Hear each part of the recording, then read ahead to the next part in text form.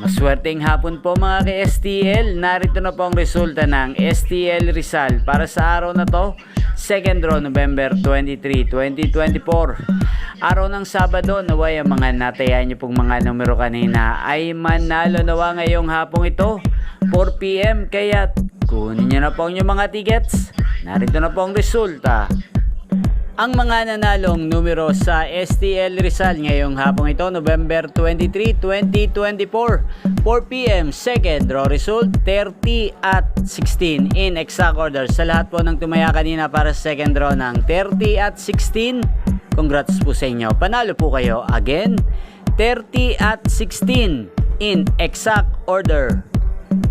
At shoutout po natin ngayong hapong ito sa STL Rizal, si Ate Berta. Ate Berta ng Rizal, shoutout po sa iyo. Naway isa ka po sa swertihin ngayong hapong ito sa STL Rizal.